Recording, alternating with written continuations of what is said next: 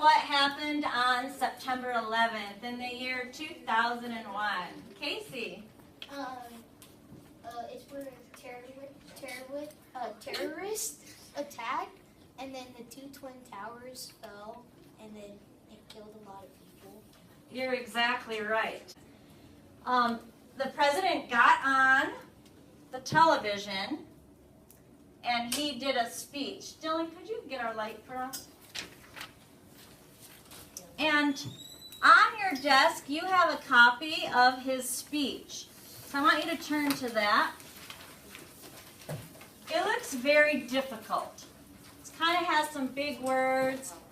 And whenever we have a difficult task,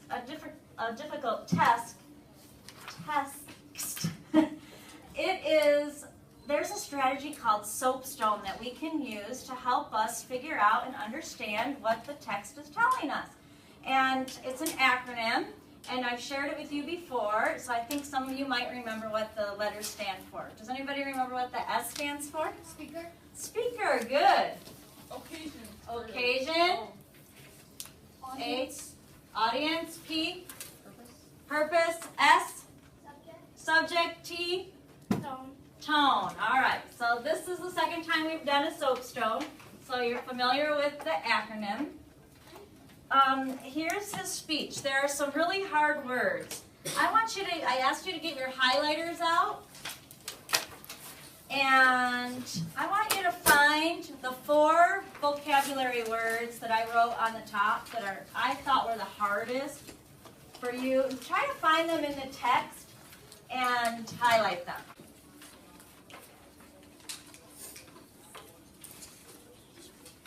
What's called defusing. We've done this before in the Springboard book where we replace a hard word, a difficult word, with an easier word that we already know. So the first word that you highlighted was despicable. And I'm just going to tell you what that means so we can all write the same thing. You can write it on the back side and then find it in your text and write it over the hard word. You're going to write the easy word on top of the hard word. So when we come to that word, you'll know what it means. So despicable means disgusting. Okay. Here's President Bush giving the speech that night, the terrorist attack in New York City, Washington, D.C. Good evening. Today, our fellow citizens, our way of life, none of us will ever forget this day. Okay, on the text, we're going to be talking about different parts of this speech. So if you could number the lines, that would really help us so we can refer back to the text. This speech that President Bush gave that night is a fairly difficult speech. It's got a lot of hard, tough words in it. And this soapstone strategy can help us really understand what he was meaning to say. And so this is a good strategy that you can use when you're reading something. It doesn't have to be a speech. It can be anything. You can use this soapstone strategy to help you understand what it's all about. Now we can flip over to the actual soapstone side. And we said the first letter of soapstone is S in this acronym, and it stands for speaker. That means who is talking, and also I want you to add, what do you know about him? We're moving on to the O. Stands for what, Brian? Occasion. Occasion. This means what event happened that prompts the speaker to speak. What event just happened to prompt the speaker to speak? At this time, they didn't call it 9/11 like we refer to it now. So think, back then, I want you to explain on your paper what event just took place that made President Bush get on the TV. A stands for what, Alex? Audience. Who does the speaker want to hear this? We're going to go over it after, we'll share, but let's write it down first. I want to see if you guys can get the right answer on your own. Audience. Who, think about him sitting there.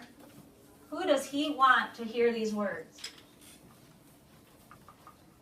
You might have a lot of different kinds of people. Name them all.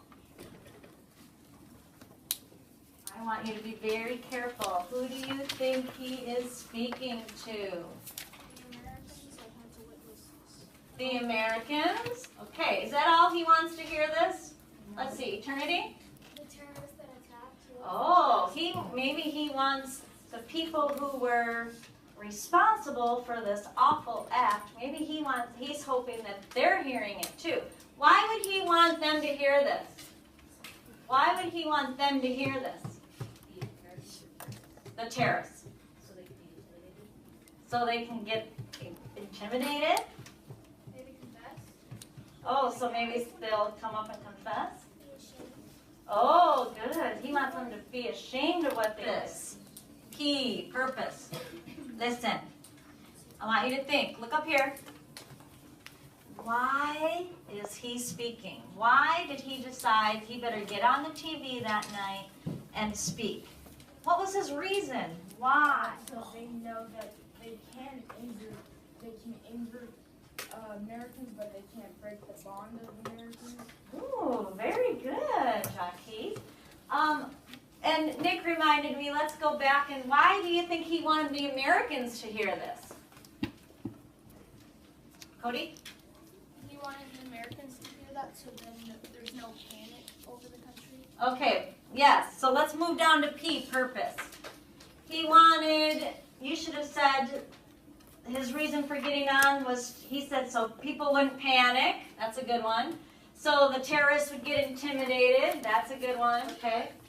Maybe people, other countries around the world, to tell them that we're not scared of anybody. We look like that. Very good.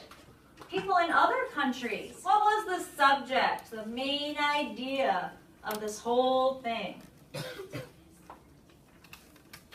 D'Angelo? Let everybody know about these despicable acts of terror. Yeah. That they will try harder to keep them out of the country and not destroy other people's lives. You're right. Let's look back in his actual speech. Can somebody tell me a line that tells the purpose, why? Does he say in his speech why he's talking to us? Do you know, Jericho? Number 9. A great people has been moved to defend a great nation, right? Is that what you mean? Terrorist attacks can shake the foundations of our biggest buildings, but they cannot touch the foundation of America. T stands for what, Ethan? Tone. How is the speaker speaking? What is his attitude? T stands for tone. What was President Bush's tone? Aaron? I thought he was worried. Worried. You think he sounded worried? All right. Beyonce? I think he sounded serious. Serious. Yes. We went over some tone words previously. So let's see if you can come up with some. I want you to think about the beginning of the speech, the middle, the end. Maybe his tone is different. When you actually hear him speak, you can hear his tone. Do you know, Nick? What were you going to say? For tonight, Tonight, I ask for your prayers. That sort of sorrow, and he said, for the children whose worlds have been shattered, that would make a lot of people sad. You're right. And he ends, let's read the last thing he says, the next paragraph after he quotes from the Bible. Can you read it? This is a day when all Americans from every walk of life unite in our resolve for justice and peace. America has stood down enemies before, and we will do so this time. None of us will ever forget this day, yet we go forward to defend freedom and all that is good and just in our world. Okay, that's a very strong ending. Can you give me those tone words for that ending? Oh, say that again. Confident? Confident. And he wants us to feel confident that what? He knows that we will be okay, even if we're down right now. Tomorrow's a new day, and tomorrow will be better than today. Yes. Okay.